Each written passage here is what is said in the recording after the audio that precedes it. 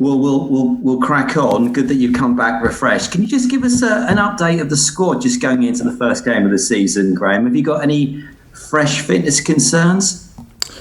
No, not fresh ones. We're still without Danny Welbeck, Dan Burn, Tariq Lamptey. They're all making good progress, but the game will come too soon for them. Moises Caicedo came back from the Copa America with a slight knee issue, so we're just dealing with that. Kel's rolled his ankle, so he's not available, but we have everybody else. What's the latest situation with Tariq? Is he back training or...?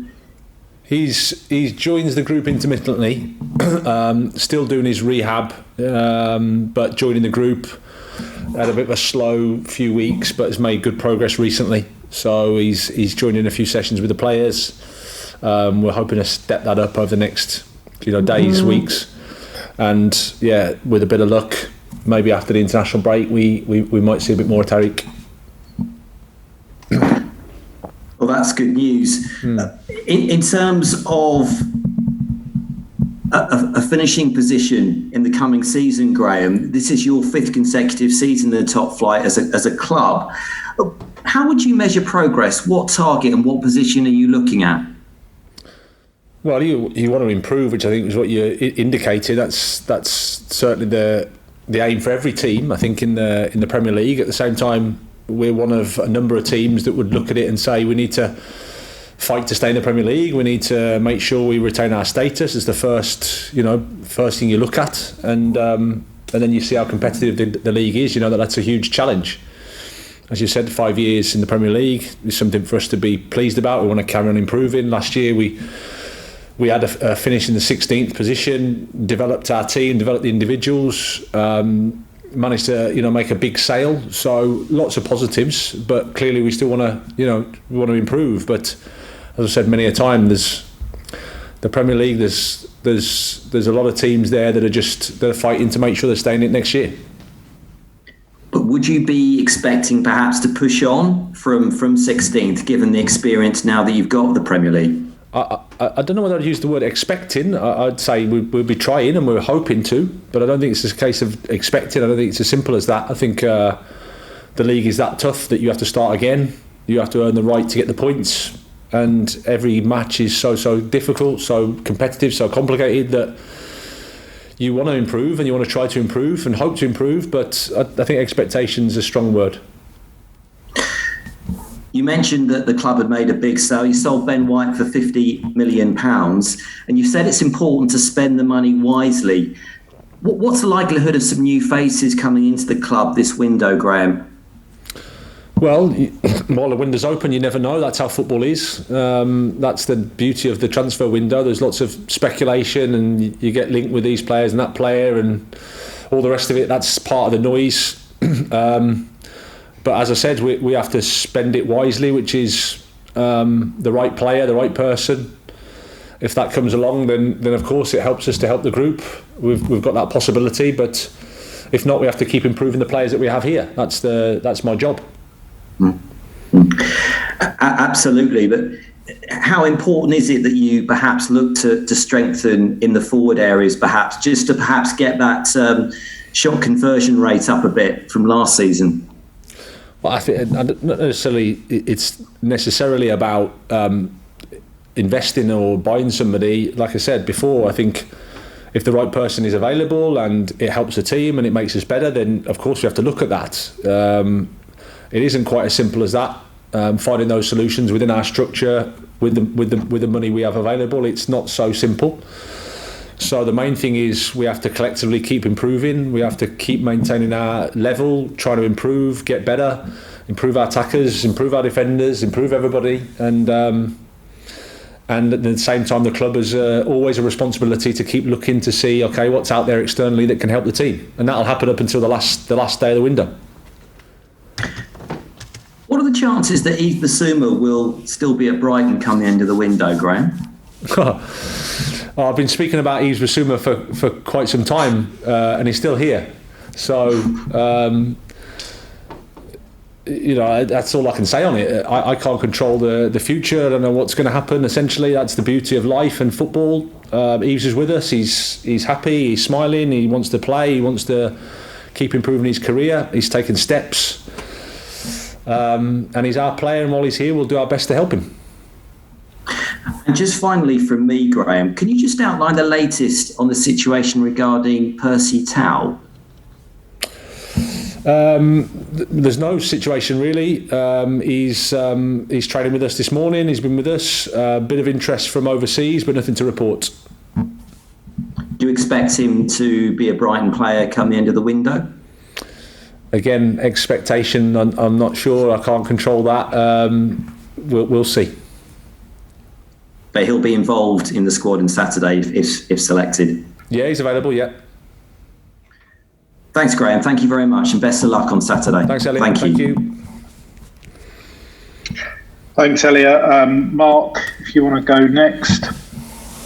Hello, Graham. Happy new season. And to you. Hi, Mark. Hiya.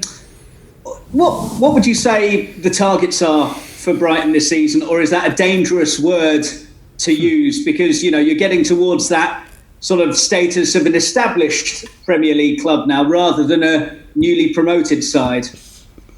Yeah, I think the established Premier League club, I don't think exists, to be honest, apart from maybe 6 or 7 clubs. I think as soon as you think that, then you're in trouble at a club and a team where we are.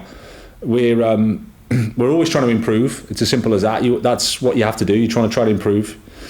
You improve your players, you improve the team, how you attack, how you defend, and always remember that the main aim is to firstly stay in the Premier League and then to try to get as many points as you can. But as I said in the previous answer, it's not the toughest league in the world for nothing. The points are hard, and the teams coming up will be strong. The teams around you improve. Everybody invests. You see the amount of money that the top clubs are spending. It is what it is. So for us, we have to just focus on the next day, the next training session, the next match, and try our best to win that. You're talking about improvements being the key thing. Is it too simplistic to talk about converting all those chances being the only area you need to improve on?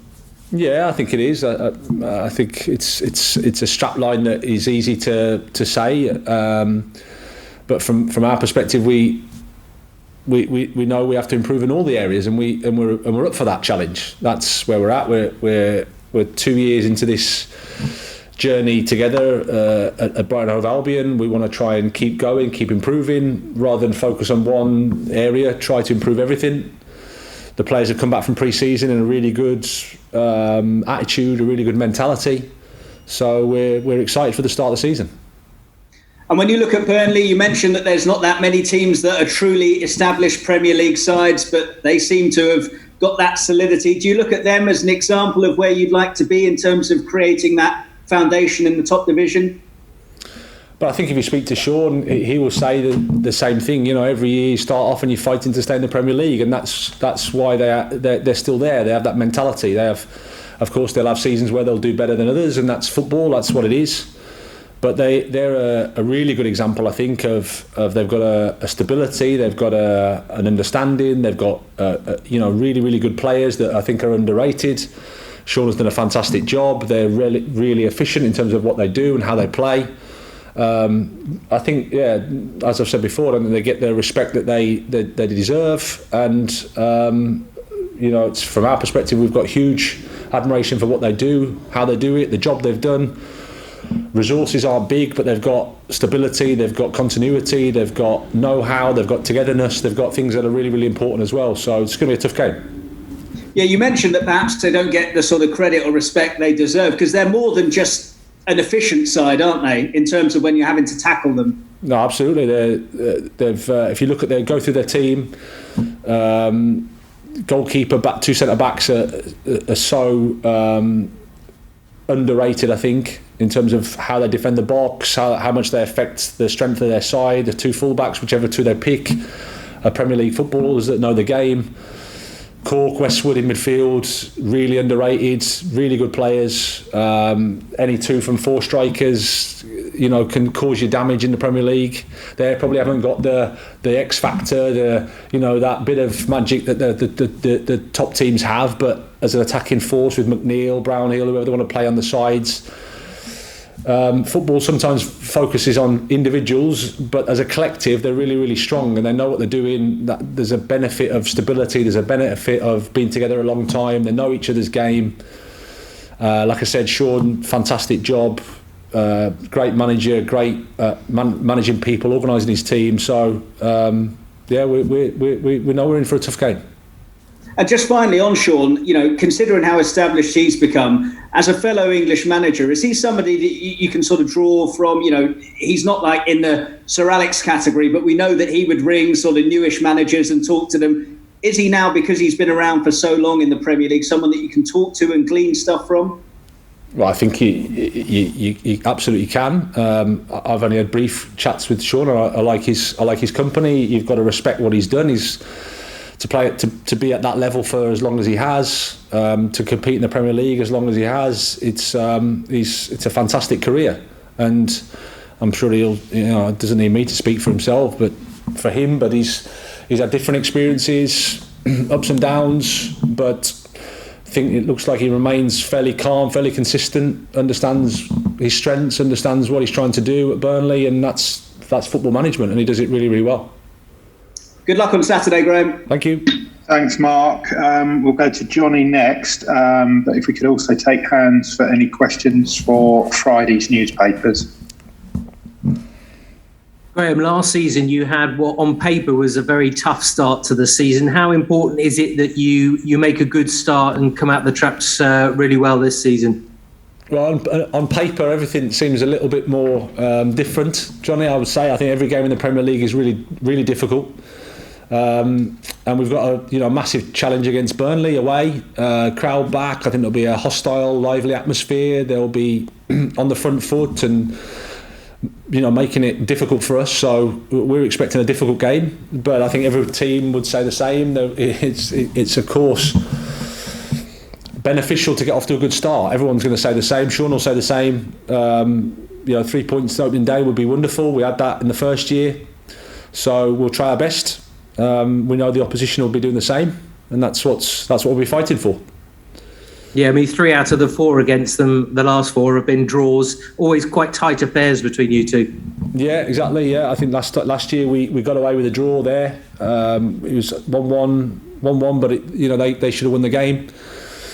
I think probably we should have won the game at home, maybe not as clearly, but yeah, they're always tight, like you say. I think a draw, and I think we won on the last day of the season, but that could have gone either way as well. So tight games, 2 teams fighting for the points. It'll be interesting. Just on a couple of players, Florian Andoni's been featuring for you in pre-season. What's it been like having him back at the club and involved in training, and what are his prospects? No, it's been good.